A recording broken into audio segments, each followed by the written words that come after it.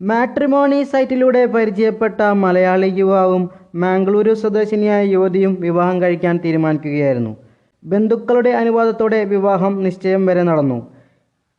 ഇതിനിടെയാണ് വിവാഹം മുടക്കാനായി മുൻ കാമുകിയായ മൈസൂരു സ്വദേശിനി പോലീസിനൊപ്പം എത്തുന്നുവെന്ന വിവരം യുവാവിന് ലഭിച്ചത്. മുൻ കാമുകി നൽകിയ പീഡന പരാതിയിൽ പോലീസ് തന്നെ അറസ്റ്റ് ചെയ്യുമെന്ന് യുവാവ് മനസ്സിലാക്കി.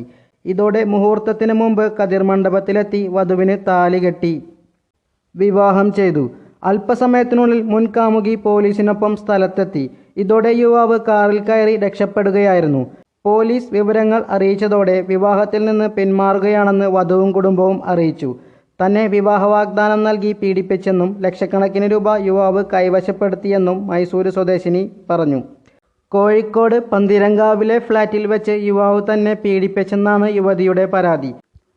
മാട്രിമോണിയൽ സൈറ്റ് വഴി തന്നെയാണ് ബാംഗ്ലൂരുവിൽ എഞ്ചിനീയറായ മൈസൂരു സ്വദേശിനിയെയും യുവാവ് പരിചയപ്പെട്ടത്.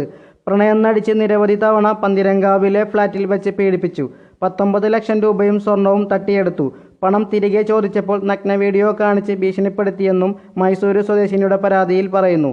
ലഹരിക്ക് അടിമയായ യുവാവ് ശാരീരികമായി ഉപദ്രവിച്ചിട്ടുണ്ടെന്നും ഗർഭം നിർബന്ധിച്ച് അലസിപ്പിച്ചെന്നും പരാതിയിലുണ്ട്. യുവതിയുടെ പരാതിയിൽ അന്വേഷണം ആരംഭിച്ചതായി പന്തീരങ്കാവ് പോലീസ് കഴിഞ്ഞ ദിവസം അറിയിച്ചിരുന്നു. യുവാവിൻ്റെ മുൻകൂർ ജാമ്യാപേക്ഷ കോടതി തള്ളിയിരുന്നു.